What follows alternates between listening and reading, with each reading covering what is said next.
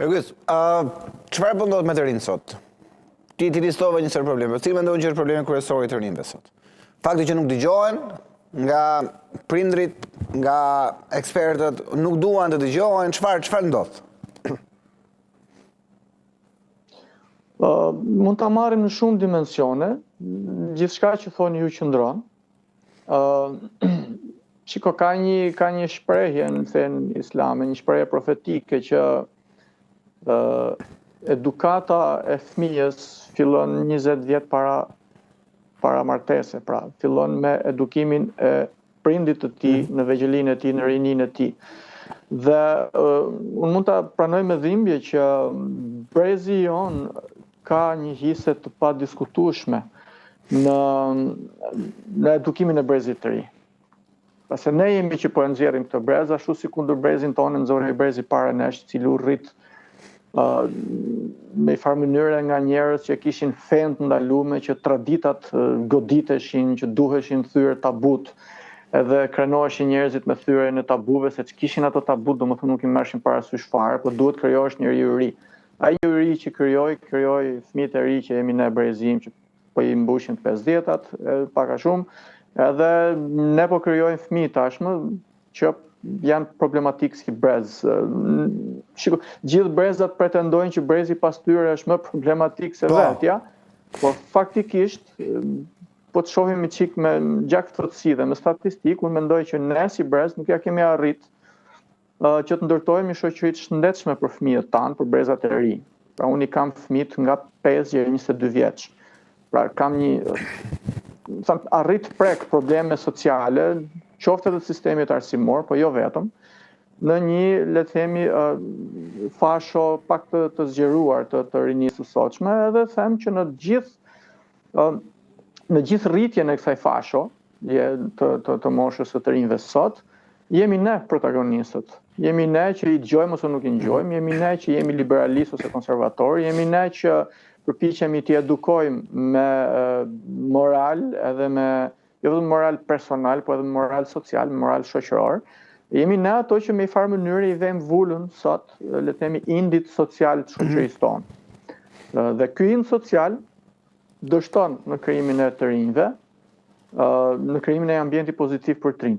Faktikisht duhet pranoj, në vëzhgimin tim modest, që shumica e njerëzve në Shqipëri, shumica edhe e brezit të ri respektivisht, dëshirojnë të zhvillohen mirë, dëshirojnë të zhvillohen bukur, dëshirojnë t'i kenë ato gjërat e mira në pjesën e ballit. Çfarë nuk e lejon?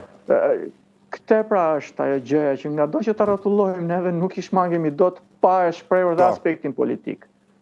Pra në gjitha politikat tona, në politikën tradicionale të partive, në politikat sociale që ne bëjmë, politikat edukative, edhe në politikat e sigurisë, politikat ekonomike, zhvillimore, gjitha këto, ne si brez po tregojmë dështim.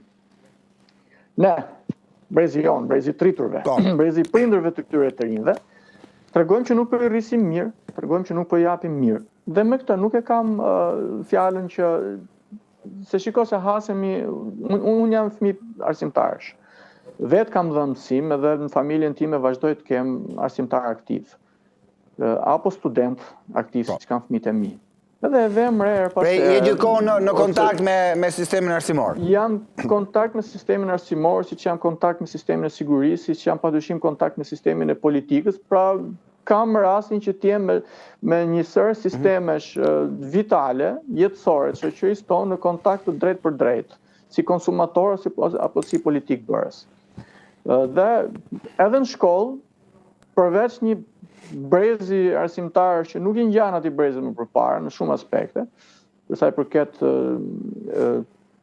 përqendrimit në mësimdhënie, le të themi delikatesës në mirësjellje me njerëzit, të pasurit një norme të rregullt sociale, ato kalojnë shumë më tepër në çështje protokollare që futet këtu edhe politikat e gabuara arsimore, mësues që frustrohen sepse edhe vendin e punës mezi e marrin, edhe mezi e ruajnë, një pjesë e mësuesve, edhe shkollat që mbyllen edhe nxënësit që emigrojnë, edhe familjet që emigrojnë, por edhe arsimi që kanë marrë nuk ka qenë cilësor, edhe politika që i vinë sot nga Ministria e Arsimit dhe nga gjithë zinxhiri hierarkik, janë të lodhshme, janë konsumuese të kohës, të energjive dhe të emocioneve nga njëra anë, dhe absolutisht nga ana tjetër kanë të bëjnë me fëmijë problematik, me fëmijë të përkëdhelur, me prindër akoma më problematik dhe të përkëdhelur se fëmijët e tyre, se padyshim që fëmia reflekton prindin.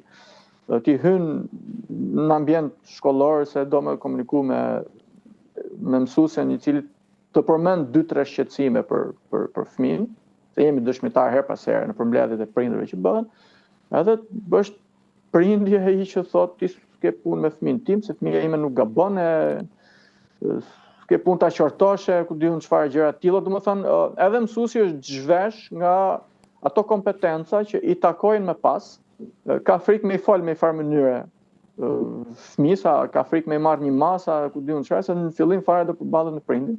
Edhe të keqen e fëmijës që është dhe moshë e re. Domethënë i gjithë sistemi i prindërve, i fëmijëve, i sistemit arsimor dhe më gjerë, siç e shpreha në pjesën e parë të bisedës, nuk po tregon që ecim rrugën e duhur, sepse materiali nuk e kemi të keq. Pra fëmijët nuk është se lindin negativ edhe zhvillohen negativ. Fëmijët lindin të pastër, lindin faqe e bardhë për të mbushur, për të shkruar nga prindrit në radh parë dhe nga sistemi arsimor dhe shoqëria.